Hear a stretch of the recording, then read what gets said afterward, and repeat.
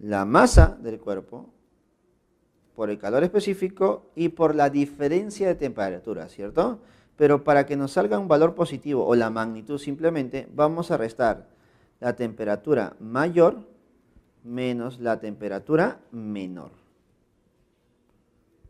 ¿Listo?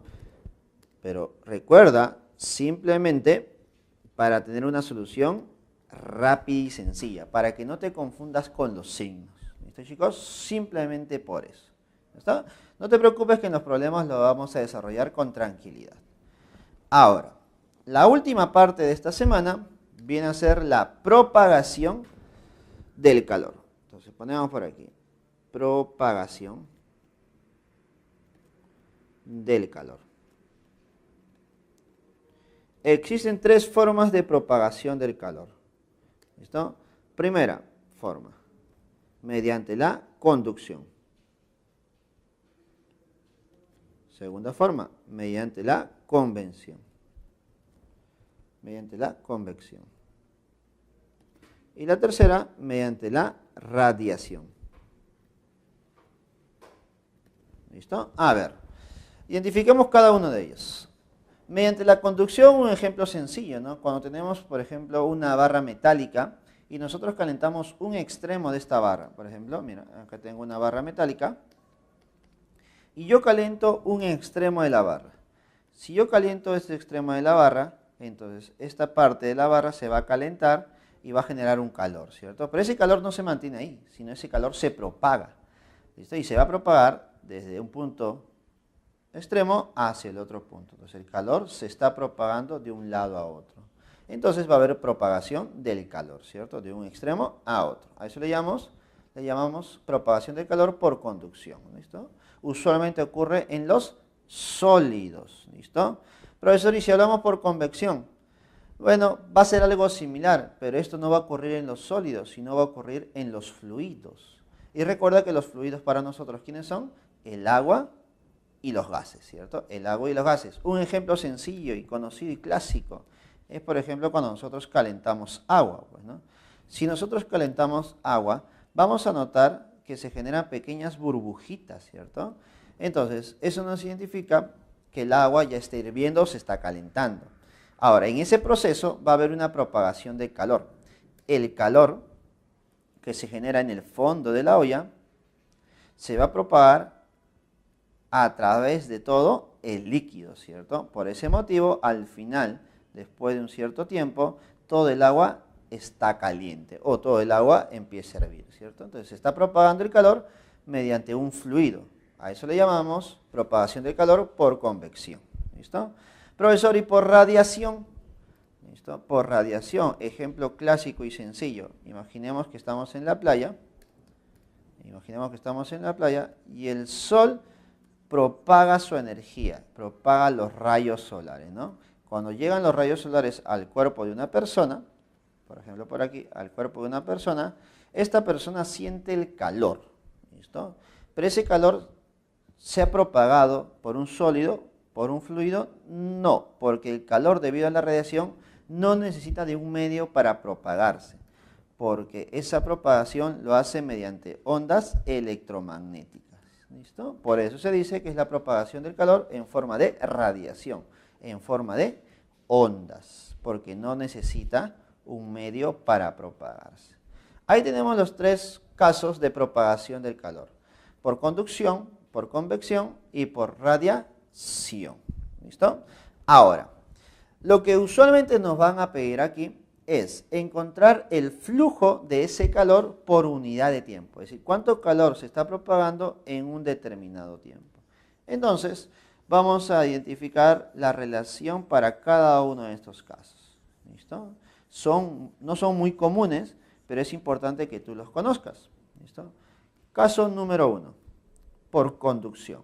Cuando hablamos por conducción, la propagación de ese calor por unidad de tiempo, ¿listo?, en un determinado tiempo, es igual al producto de una constante K, que es la constante de conductividad térmica del material, multiplicado por el área transversal por donde se propaga el calor, multiplicado por la diferencia de temperaturas, temperatura 1 menos temperatura 2. ¿Listo? esta temperatura 1 debe ser mayor que la temperatura 2, porque recuerda que se propaga de mayor a menor temperatura, entre la longitud por donde se está propagando el calor. ¿Listo, chicos? Entonces tenemos nuestra primera relación. ¿Listo? Donde debes recordar obligatoriamente que la constante K es nuestra conductividad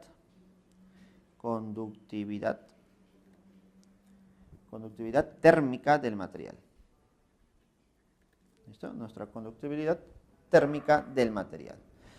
Segundo caso, por convección. Entonces, el flujo del calor por unidad de tiempo en un determinado tiempo es igual a una constante H, que es el coeficiente de convección, multiplicado por el área del cuerpo que propaga su calor por la variación de temperatura, ¿no? Esta variación de temperatura es la temperatura del mismo cuerpo. ¿Con quién más? Con el fluido que está propagando el calor. ¿Listo? Entonces tenemos nuestro segundo caso. Propagación del calor por convección, donde nuestra constante donde nuestra constante H es nuestro coeficiente de convección. ¿Listo? Y el último caso, por radiación, ¿no? Usualmente esto se analiza no solamente para el Sol, sino para los agujeros negros, porque los agujeros negros irradian energía o calor a través de ondas electromagnéticas. Por lo tanto, tenemos el calor que se propaga por unidad de tiempo, es decir, en un intervalo de tiempo, es igual a una constante por otra constante llamada emisividad por la temperatura del cuerpo elevado a la cuarta. ¿Listo? Prácticamente hablar de propagación de calor en forma de radiación nos acerca mucho a lo que llamamos física cuántica. ¿Listo? Y ese tema es muy interesante, ¿no? A ver.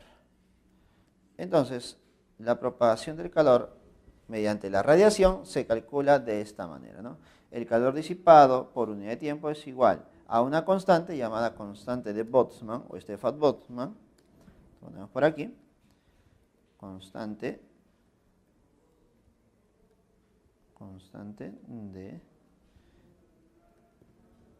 Stefan-Boltzmann. ¿Listo? Boltzmann. Y nuestro epsilon representa nuestra emisibilidad.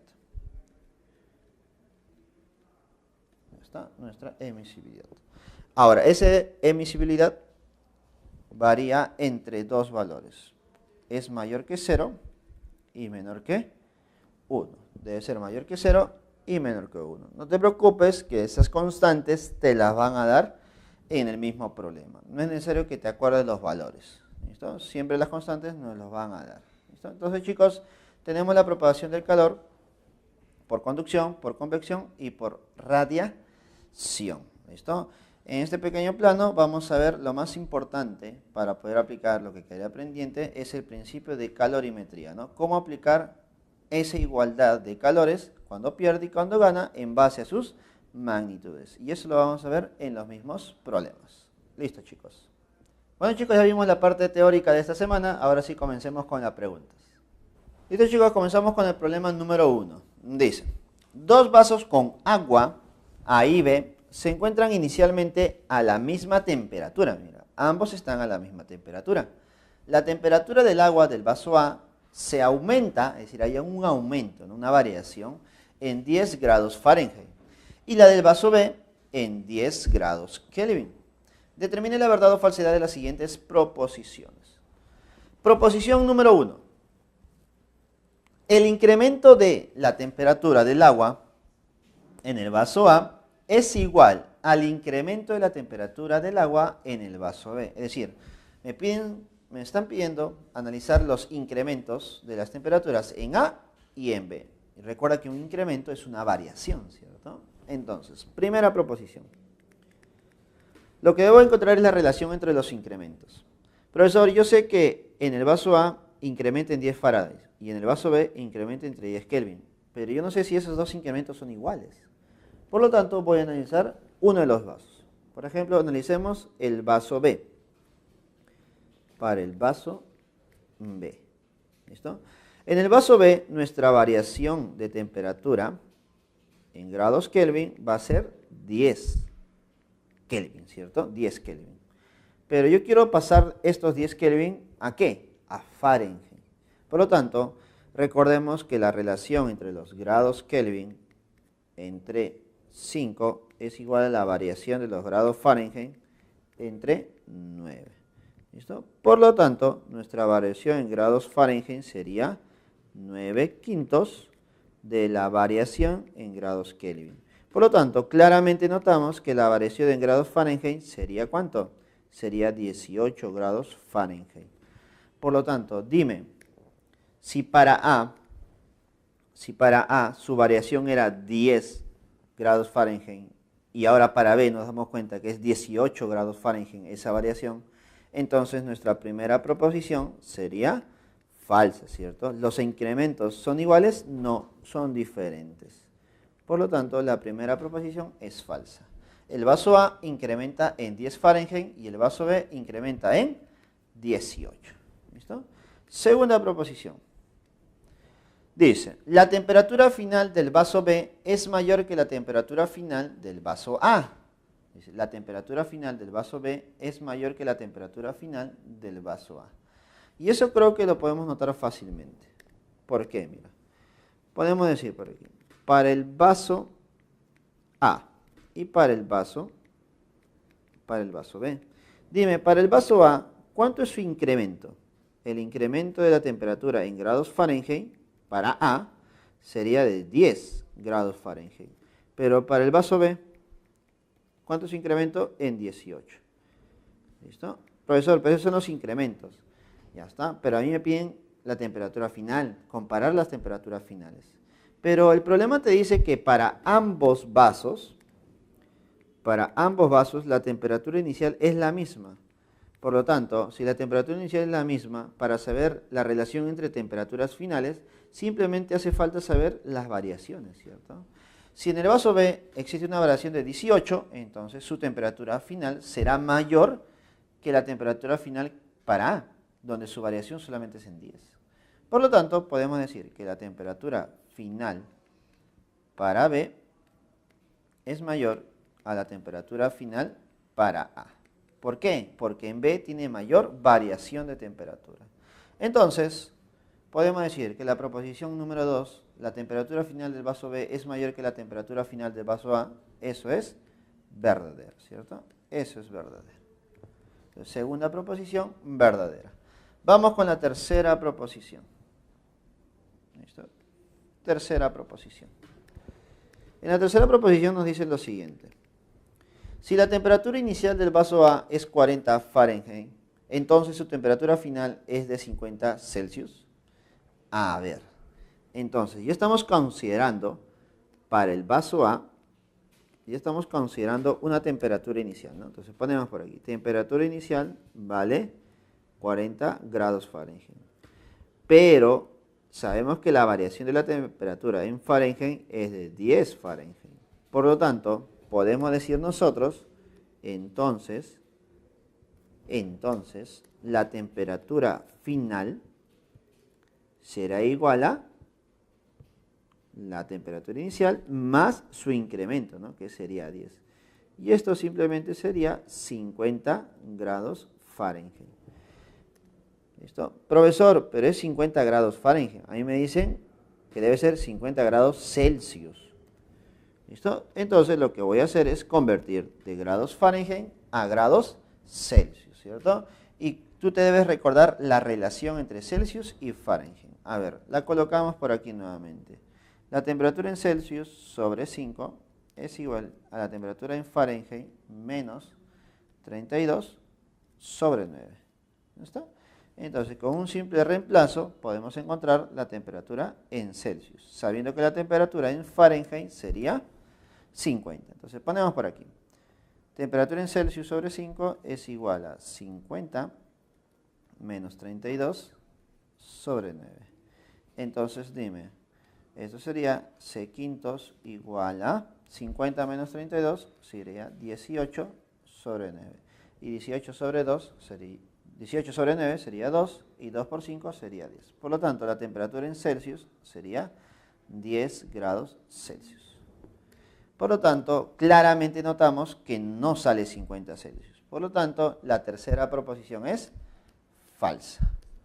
Entonces, la tercera proposición es falsa y nuestra clave para el problema número 1 sería casita, la C. ¿Listo, chicos? Problema número 1, C. Continuemos con el problema número 2. Dice, determina el calor que es necesario suministrar a 3 kilogramos de agua para elevar su temperatura de 20 a 80 grados. Considere que el calor específico del agua es de 4180 joules por kilogramos a la menos 1 y por grados centígrados a la menos 1. ¿Está? Entonces ponemos por aquí. Tenemos por aquí nuestro recipiente de agua. ¿Listo? Nuestro recipiente de agua. ¿Cuánto de agua tenemos por aquí? La masa del agua es 3 kilogramos. ¿Está? Y la temperatura inicial, ¿cuánto es? 20 grados. ¿Listo? Obviamente grados Celsius, ¿no? Ahí está. Pero ahora a este sistema le voy a agregar, vamos a poner así mejor, a este sistema, ponemos así. A este sistema le estoy agregando, ¿qué cosa? Le estoy agregando calor. ¿Listo? La cual voy a representar con una Q. ¿Listo? Ese calor que suministro yo, ¿qué cosa va a generar? Entonces va a generar que el agua no cambie su masa en realidad. No va a cambiar su masa. Lo que va a cambiar, ¿qué cosa es? Su temperatura. La masa será siendo la misma. No va a cambiar eso nunca. ¿Listo? Pero la temperatura sí ha cambiado. Ahora su temperatura es de 80 grados. ¿Está? Por lo tanto, dime, ¿qué tipo de calor estamos hablando aquí? ¿Un calor sensible o un calor de transformación? Claramente ese calor genera un cambio en la temperatura. Entonces simplemente es un calor sensible, ¿no? Ese calor sensible se calcula como el producto de la masa, calor específico por nuestra variación de temperatura. Entonces el calor es igual a la masa. Ahora, yo te pregunto, ¿en qué usarás? ¿En kilogramos o en gramos? Eso básicamente va a depender ¿de qué? De nuestra constante C sub E, que es el calor específico. Este calor específico está en kilogramos, por lo tanto la masa debe estar en kilogramos. Luego dice en joules, por lo tanto tu resultado te va a salir en joules. Pero también usa grados Celsius, por lo tanto la temperatura debe estar en grados Celsius. Por lo tanto, podemos decir lo siguiente. Nuestra masa es 3 kilogramos. Nuestra capacidad calorífica es 4180 por la variación de temperatura. Temperatura final, que es 80, menos temperatura inicial, que es 20. Por lo tanto, el calor sensible sería el producto de 3 por 4180 por 80 menos 20, que sería 60. ¿Y esto cuánto nos saldría, chicos? ¿Cuánto nos saldría el problema número 2? Si tú multiplicas todo esto, te saldría 752.400 en joules, ¿cierto? En joules. ¿Está? Nos saldría 752.400. Ahora, te das cuenta que tus claves están en notación científica prácticamente, ¿no? En función de 10 a la 5. Entonces, poniendo esto en 10 a la 5 sería 7,524 por 10 a la 5 joules. Profesor, en mis resultados, ¿cuál sería aproximadamente? Mi respuesta aproximada sería 7,52, ¿no? Solamente con 2 decimales, multiplicado por 10 a la 5 joules. Entonces, notamos que nuestra respuesta para este problema número 2 sería la clave A. Problema número 2, avión, chicos. Problema 2, avión. Entonces, chicos, ahora resolveremos el problema número 3. Dice, un vaso de masa despreciable contiene 500 gramos de agua a temperatura de 80 grados Celsius. Pregunta, ¿cuántos gramos de hielo a la temperatura de menos 20 grados Celsius se debe dejar caer dentro del vaso para que la temperatura de equilibrio del sistema sea 60 grados Celsius? Considere que el calor específico del agua es de una caloría sobre gramos sobre centígrados Y el calor específico del hielo es 0,5 calorías gramos sobre centígrados. ¿Listo, chicos? A ver, acá me están diciendo que debo combinar o mezclar dos cosas, ¿no? Debo mezclar un vaso que contiene agua y debo mezclarlo con hielo, ¿cierto? Con una cantidad de gramos de hielo. ¿Listo? Entonces, ¿cómo vamos a resolver este problema? Lo vamos a hacer gráficamente mediante una recta de temperaturas. ¿Listo? A ver, entonces grafiquemos nuestra recta de temperaturas. En esta recta de temperaturas voy a graficar los cuerpos que voy a mezclar, ¿no? Voy a graficar las temperaturas de menor a mayor temperatura.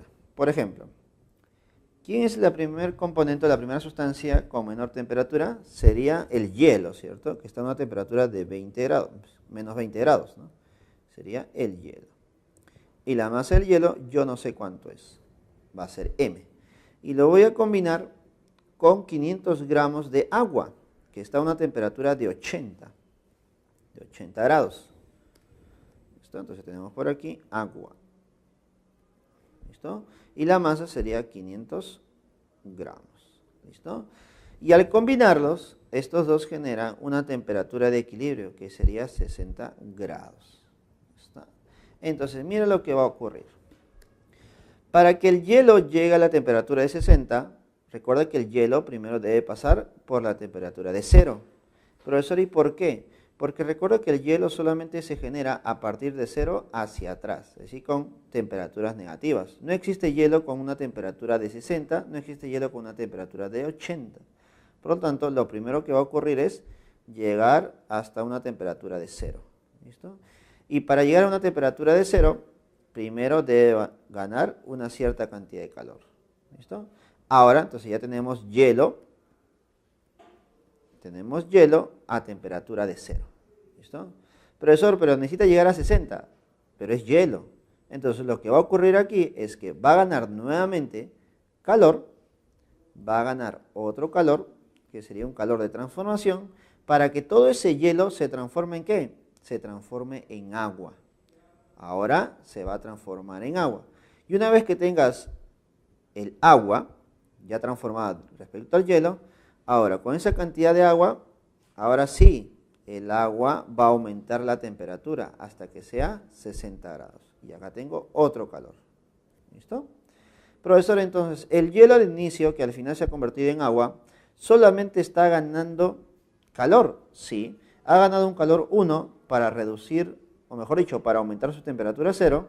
Ha ganado un calor 2 para transformarse en agua. Y luego ha ganado un calor 3. ¿Para qué? Para aumentar su temperatura hasta 60. ¿Listo? Ahora, ¿qué ha pasado con el agua de 500 gramos? Está a 80, pero ahora es 60.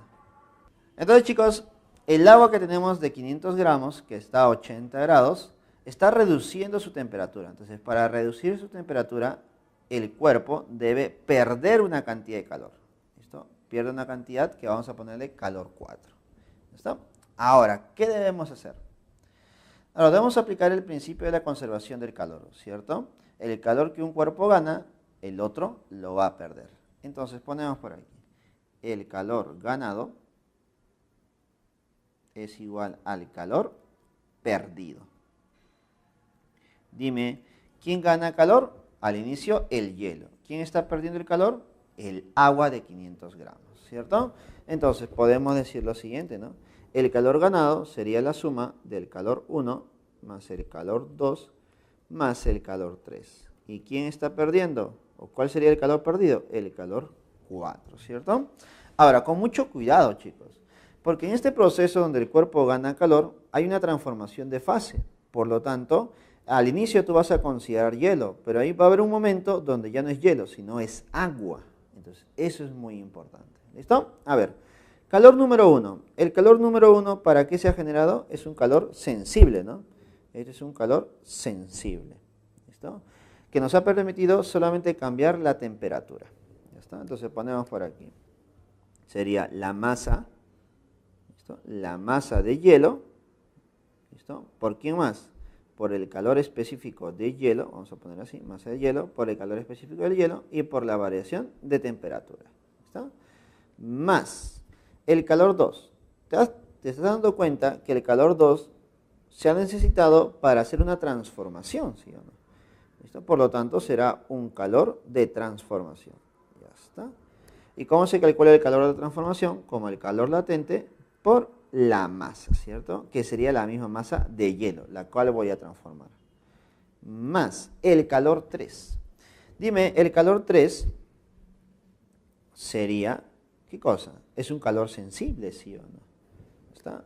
Por lo tanto, si es un calor sensible, sería masa, pero dime, ¿sería masa del hielo o del agua transformada? Profesor, sería la masa del hielo que se ha transformado en agua. Pero dime, ¿cuánto sería esa masa? Sigue siendo M, ¿cierto? No ha cambiado esa parte.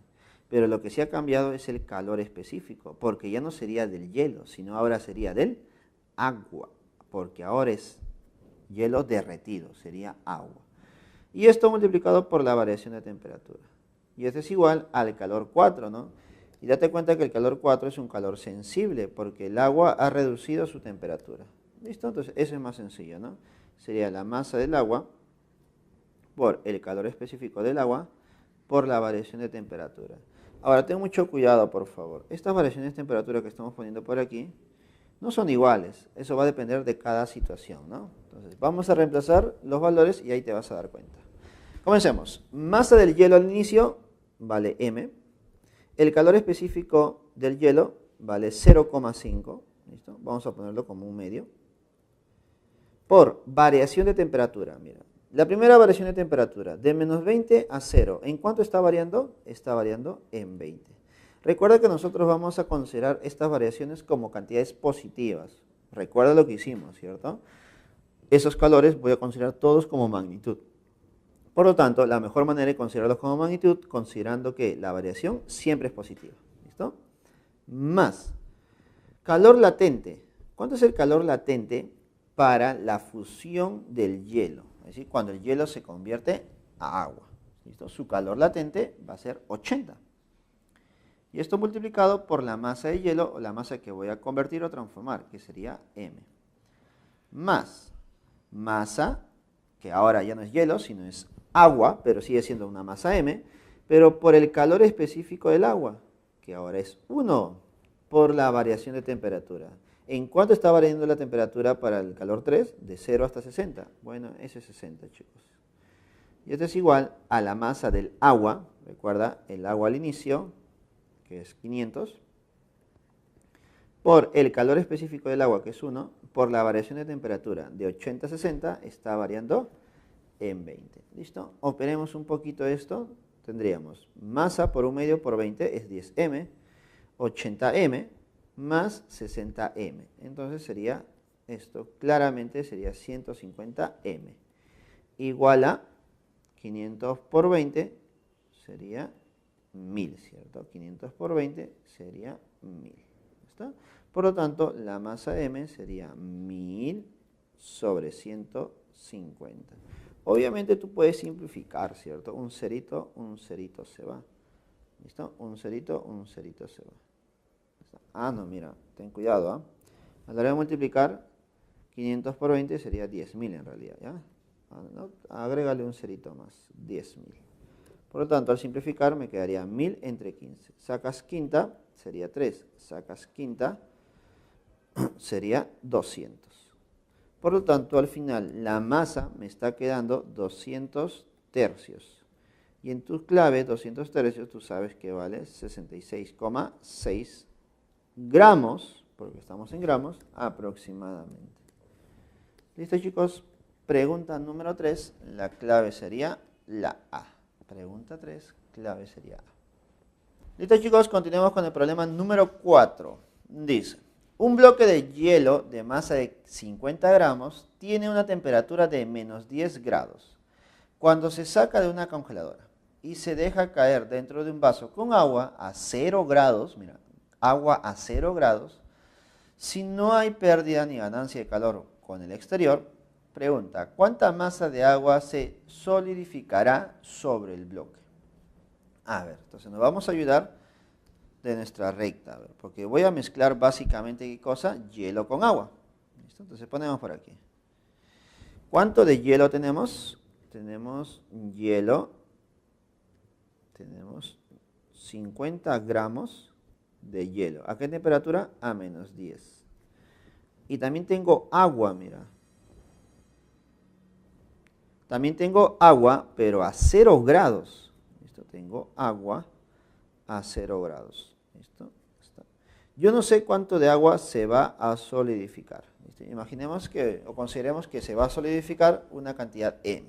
¿Está? Entonces, ¿qué va a ocurrir aquí? Para que el agua se solidifique, ¿qué debe pasar? ¿El agua debe ganar o perder calor? Recuerda que para que exista una solidificación, el agua debe perder. ¿Listo? Por lo tanto, podemos decir que aquí hay un calor perdido, ¿cierto? ¿Está? Voy a poner por aquí, calor perdido. Profesor, pero si él pierde calor, ¿quién lo está ganando? Obviamente, ¿quién lo está ganando? El hielo. Y esa cantidad de calor que ha perdido el agua a 0 grados, lo va a ganar el hielo. ¿Para qué? Para cambiar su temperatura. ¿Listo? De menos 10 a 0. Este calor es nuestro calor ganado. ¿Listo? Entonces, debido a ese calor ganado, ¿listo? Llega hasta 0 y el agua pierde ese calor y eso haría que el agua a 0 grados se transforme en hielo, ¿no? Se solidifique. Profesor, ¿y por qué no el agua puede reducir su temperatura? Porque recuerda que cuando el agua está a 0 grados, lo único que puede hacer antes de reducir su temperatura es cambiar de fase. Recuerda que el agua cambia de fase a 0 y a 100 grados. A 0 se solidifica o se transforma en hielo y a 100 grados se transforma en un gas. Por lo tanto, si está el agua a 0 grados, lo único que debe hacer es transformarse, ¿no? Y eso va a ocurrir si es que hay un calor perdido, si es que el agua pierde calor. Entonces, aplicando el principio de la conservación de la energía en forma de calor, podemos decir lo siguiente, ¿no? El calor ganado es igual al calor perdido. ¿Listo? A ver, el calor ganado es debido al hielo, por lo tanto sería un calor sensible, ¿no? Que ha generado un cambio en la temperatura. Sería masa del hielo por el calor específico del hielo por nuestra variación de temperatura. Y esto es igual al calor perdido. Profesor, pero el calor perdido es un calor de transformación. Recuerda, el ganado es sensible, pero el perdido es de transformación. Por lo tanto, sería el producto del calor latente por la masa. ¿Masa de quién? Masa del agua, ¿no? ¿Está? A ver, reemplazando los valores. Masa de hielo, ¿cuánto es? Profesor, 50 gramitos. Calor específico del hielo. Calor específico del hielo, recuerda que vale 1/2. ¿Listo? Por la variación de temperatura. ¿Cuánto vale la variación de temperatura? ¿Cuánto es nuestra variación de temperatura? Sería de menos 10 a 0, simplemente es 10. Y esto es igual al calor latente. ¿Cuánto es el calor latente para el agua? Para la fusión del agua sería, en este caso sería para la solidificación, pero es igual que la fusión, ¿no? Sería 80. Por la masa de agua que se va a solidificar, que es M. ¿Listo? Operando esto, simplificando un cerito y un cerito, tendríamos ¿cuánto, chicos? Tendríamos que la masa sería igual a 25 sobre 8, ¿cierto? Y 25 sobre 8, ¿cuánto es aproximadamente? 3,125 gramos. Por lo tanto, nuestra respuesta, ¿cuál sería? Una masa aproximada sería 3,1 gramito. ¿Y eso en qué clave está para nosotros? Está en la clave E, 3,1 gramos. Pregunta número 5, chicos. Dice, se deja caer desde una altura h sobre el suelo un recipiente térmicamente aislado y lleno de agua. Si el choque es perfectamente inelástico y toda la energía mecánica perdida en la caída se convierte en energía interna del agua. Pregunta, ¿cuál debe ser el valor de h para que la temperatura del agua aumente en 1 grado centígrados? A ver, el problema es interesante, ¿eh? Entonces vamos a considerar por aquí un recipiente lleno de agua. ¿Listo? Ahí está nuestro recipiente lleno de agua, el cual se encuentra a una cierta altura. ¿Listo? Dime, si se encuentra a cierta altura, a esa altura, ¿qué tipo de energía tiene? Tendrá una energía mecánica, ¿cierto? Que solamente corresponde a la energía potencial gravitatoria. ¿Está? La cual se va a calcular como masa, gravedad y altura. Ahora, al descender el cuerpo, ¿qué va a pasar? Choca, generando un choque perfectamente inelástico. ¿Listo? Eso significa que va a perder energía, ¿no? Va a perder toda su, en este caso, perfectamente inelástico, perdería toda su energía mecánica, nos dice, ¿no? La cual se va a convertir en energía interna. Ah, profesor, entonces, esta energía que tengo por aquí, esta energía mecánica que tengo por aquí, cuando llegue al suelo y choque, se va a convertir en energía interna. Por lo tanto, se va a convertir en calor. Y debido a ese calor que absorbe el agua va a cambiar su temperatura. ¿En cuánto? En 1 grado Celsius. Ah, entonces, toda esa energía se transforma en calor. ¿Listo? Y debido a ese calor, el agua va a cambiar su temperatura en 1 grado centígrado. Entonces, podemos decir lo siguiente. El calor sensible para cambiar la temperatura se calcula multiplicando la masa por el calor específico del agua por la variación de temperatura. Pero aquí viene lo interesante. Este calor que adquiere el agua es debido a la caída, debido al movimiento mecánico. Por lo tanto, es debido a la energía potencial gravitatoria, que se calcula como masa, gravedad y altura. Y nuevamente es igual a masa, calor específico, por la variación de temperatura. Donde notamos que la masa no nos importa en este problema, nos importa solamente la gravedad, altura, calor específico y variación de temperatura. Simplemente despejando lo que nos están pidiendo, que es la altura, tendríamos calor específico, variación de temperatura sobre la gravedad. A ver, chicos, reemplacemos. Calor específico del agua. Mira, en este caso nos ponen que es 4180. Profesor, ¿y no valía 1? Te das cuenta que es 4180 si es que trabajamos en joules, kilogramos y grados en Celsius. En cambio, si trabajamos en calorías, gramos y grados Celsius, sería 1 nada más. Por variación de temperatura. ¿Cuánto es la variación de temperatura? Dice que aumenta en 1. Entonces, el aumento es nuestra variación, ¿no? En 1. Sobre la gravedad, que sería 10. Entonces, notamos claramente que simplificamos un cerito y un cerito, y nuestra altura de donde sale o cae el cuerpo lleno de agua sería una altura de 418 metros. Y esa respuesta la tenemos en la clave D. En la clave D. ¿Listo, chicos? Problema número 5, la clave es la D. Pregunta número 6. La gráfica muestra el resultado experimental de la temperatura versus la energía calorífica Q suministrada a un líquido de 2 kilogramos de masa. Según esto, determine el calor específico del líquido, la capacidad calorífica del líquido, la cantidad de calor por unidad de masa para convertir todo el líquido en vapor a 80 grados. A ver, proposición número 1. Me dicen el calor específico. Recuerda que el calor específico está relacionado con el calor suministrado para cambiar la temperatura, ¿no? Entonces, el calor suministrado es igual a la masa por el calor específico que me están pidiendo por una variación de temperatura. Entonces, yo debo analizar un tramo de la gráfica, ¿no? Debo analizar un tramo de la gráfica. Ahora, vamos a analizar todo para que te des cuenta de qué cosa está ocurriendo. Mira, tenemos un líquido al inicio de 2 kilogramos de masa, donde no se le ha suministrado nada de calor. Por lo tanto, al inicio su temperatura, ¿cuánto es? Es de 20. Pero cuando le añades 100 joules de calor, ¿qué ha pasado con la temperatura de los 2 kilogramos de masa? Ha pasado de 20 a 80. Es decir, que en este proceso, el cuerpo ha ganado calor, ¿no? ¿Qué tipo de calor? Un calor sensible. ¿Listo? Porque solamente genera un cambio de la temperatura. En cambio, en el siguiente proceso, cuando tú le das 100 más, es decir, de 100 a 200, le he dado 100 joules más, ¿qué ha pasado con el cuerpo? Mira, no cambia de temperatura. Por lo tanto, ¿qué significa cuando no cambia? Significa que el cuerpo está transformándose. Si no cambia la temperatura, es porque existe una transformación, hay un cambio de fase. Por lo tanto, aquí yo tengo un calor de transformación. Y por último, notamos que ahora tengo esos 2 kilogramos que ha cambiado de fase, pero al darle más energía, el cuerpo empieza a cambiar su temperatura. Por lo tanto, aquí tenemos nuevamente un calor sensible. ¿Está?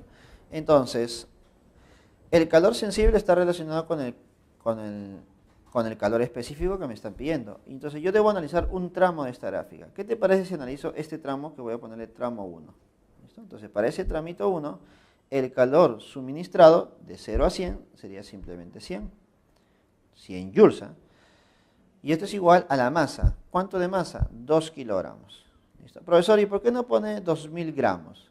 Porque el calor específico que me están pidiendo, notas las claves, están en joules, kilogramos y grados Celsius. Y grados Celsius. Por el calor específico que me están pidiendo, por la variación de temperatura. A ver, en este proceso de 0 a 100, ¿en cuánto está variando la temperatura? Está variando de 20 a 80. Por lo tanto, está variando en 60. Está variando en 60. Simplificando un cerito por aquí, me quedaría que el calor específico sería igual a 10 sobre 12. Y eso aproximadamente, ¿cuánto sería? ¿Listo? Aproximadamente sería el valor que nos dan, ¿sí o no? Aproximadamente, no, sería 0,83. Por lo tanto, ya podemos notar que por ahí alguna de nuestras claves se asemeja a este valor, ¿no? Sería 0,83 en unidades joules sobre kilogramos por grados Celsius. ¿Listo? Vamos con la segunda proposición, ¿no? El segundo valor que nos están pidiendo. Segundo valor que nos piden. A ver. Capacidad calorífica del líquido. Profesor, ese es más sencillo, ¿no? Recuerda la definición de capacidad calorífica. Es igual a la masa por el calor específico. Y el calor específico ya lo tenemos claro. Y la masa también. La masa es 2 kilogramos y el calor específico es 0,83. Por lo tanto, nuestra capacidad calorífica aproximadamente podremos decir que es igual a 1,66. ¿En qué unidades? En joules sobre grados Celsius. ¿Listo? Ya se está acercando nuestra respuesta, ¿cierto? Vamos con la tercera. A ver. Tercera cosa que nos están pidiendo. Tercer valor. La cantidad de calor por unidad de masa para convertir todo el líquido en vapor. Es decir, para que exista una transformación. ¿Cuánto calor debo transformar por unidad de masa? A ver. Entonces me están hablando de un calor de transformación. Ese calor de transformación es, ¿listo? Calor latente por la masa, ¿no? Profesor, pero me están pidiendo solamente la masa, el calor por unidad de masa. Entonces, ¿dónde podemos encontrar eso? Entonces podemos decir que el calor latente, que es igual al calor de transformación sobre masa, es igual al calor de transformación sería de 100 a 200, el calor sería 100, por masa, que sería 2. Entonces nuestro calor latente sería simplemente 50. ¿En qué unidades? En joule sobre kilogramos. Por lo tanto, analizando las respuestas, la primera es 0,83, la segunda 1,66 y la tercera 50, nuestra clave es la B. Listo, chicos. Continuando, chicos, con los problemas de esta semana. Problema número 7.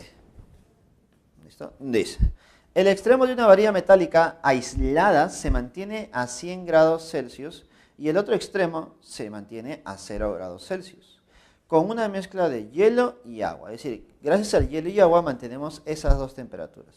¿Listo? La varilla tiene unos 60 centímetros de longitud y un área transversal de 1,25 metros cuadrados.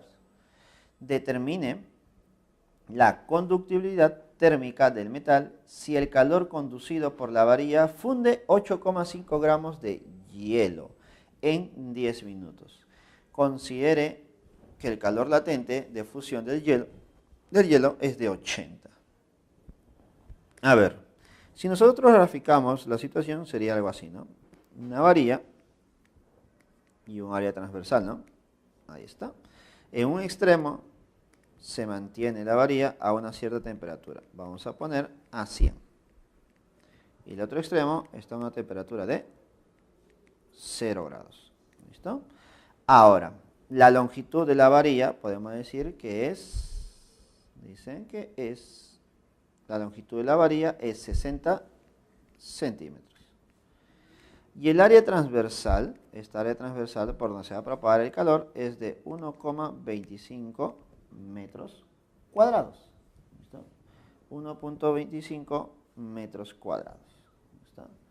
Ahí vamos a hacer un pequeño cambio, ¿no? ¿Listo? Ahí ha habido un pequeño error, ¿no? No puede ser 1,25 metros cuadrados, debe ser 1,25 centímetros cuadrados. ¿Listo, chicos? Debe ser 1,25 centímetros cuadrados, porque ya no sería una varilla, entonces, ¿no? Entonces ahí va nuestro primer cambio, ¿ya? 1,25 centímetros cuadrados. ¿Ya está? Entonces, yo te pregunto, si un extremo está a 100 y el otro extremo está a 0, entonces, ¿existe sí o no una transferencia de calor? Claro que sí. Ese calor se va a propagar de 100 hasta 0.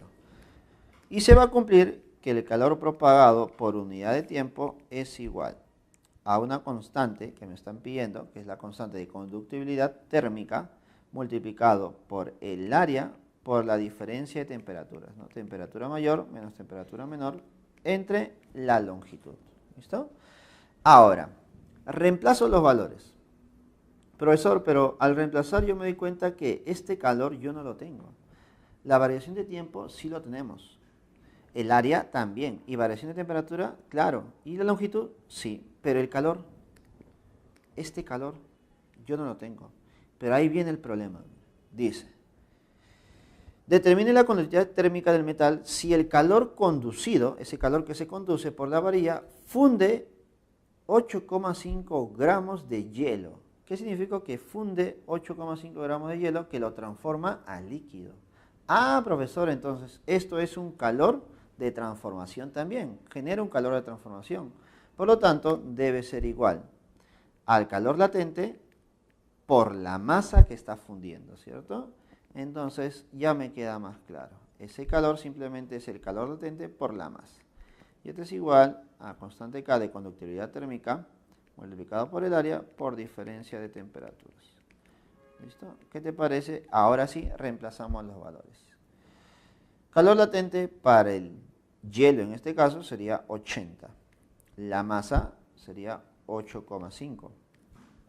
Entre el tiempo, ¿cuánto es el tiempo? 10 minutos, ¿cierto? Pero recuerda que yo lo quiero en segundos, entonces sería simplemente por 60.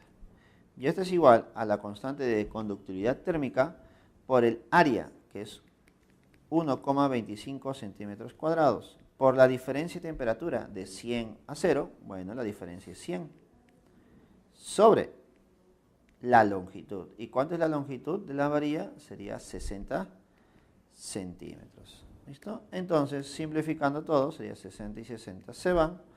Por ahí simplificamos un cerito también se va.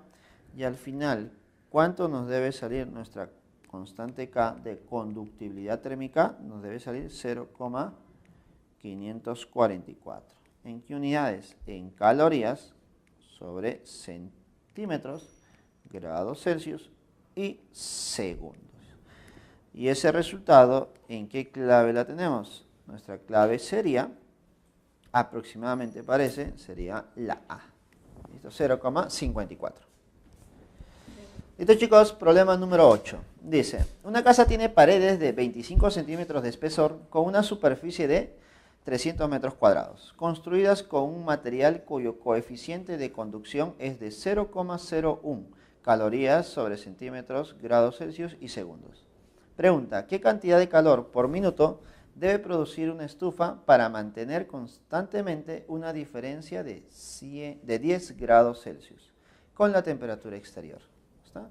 Entonces grafiquemos nuestra pared, ¿no? De un espesor, ¿de cuánto? De 25. ¿No? Entonces acá tenemos nuestra pared de un espesor de 25 y un área transversal de 300 metros cuadrados. Entonces, por aquí tenemos el espesor de 25 centímetros.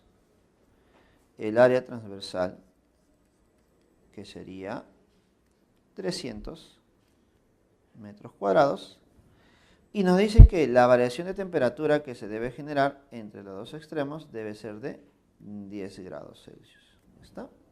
Entonces, Como me están pidiendo el calor que se produce o que se transfiere de un lado al otro, del exterior al interior, entonces podemos decir que ese calor que se conduce por unidad de tiempo es igual a nuestra constante térmica por el área por variación de temperatura sobre la longitud por donde se propaga.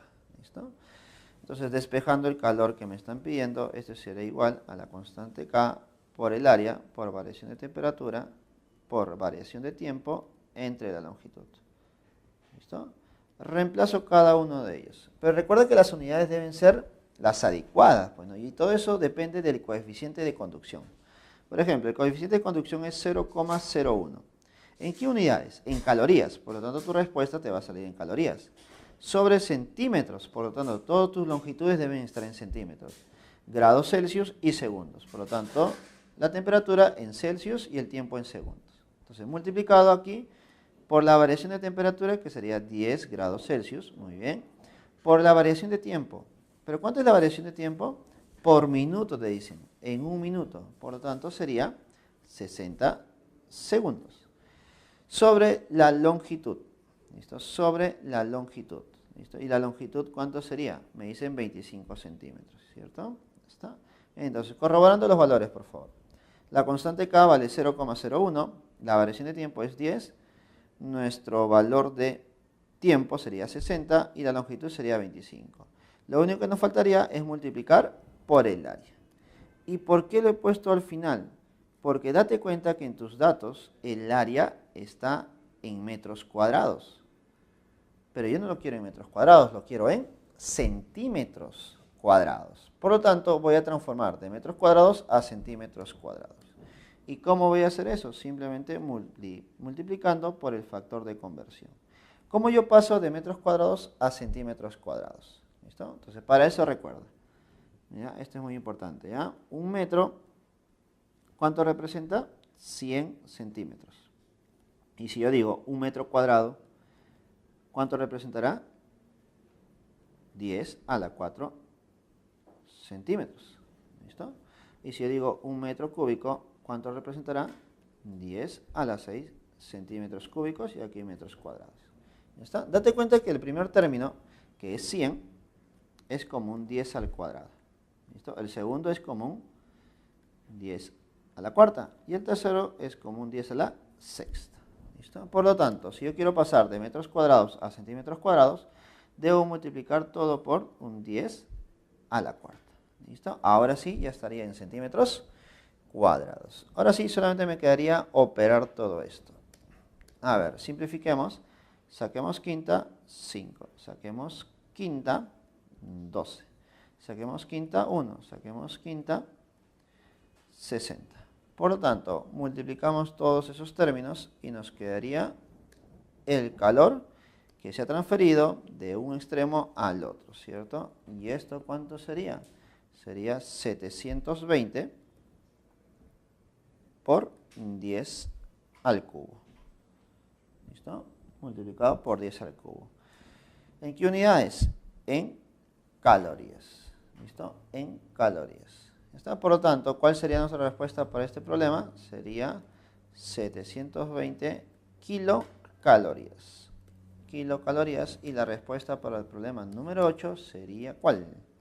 720 sería la C. ¿Listo, chicos? Pregunta número 8, clave C. Listo, chicos, ya resolvimos las preguntas de esta semana. Ahora te toca a ti resolver las preguntas dirigidas para casa. Conmigo será hasta la próxima oportunidad. Nos vemos, chicos.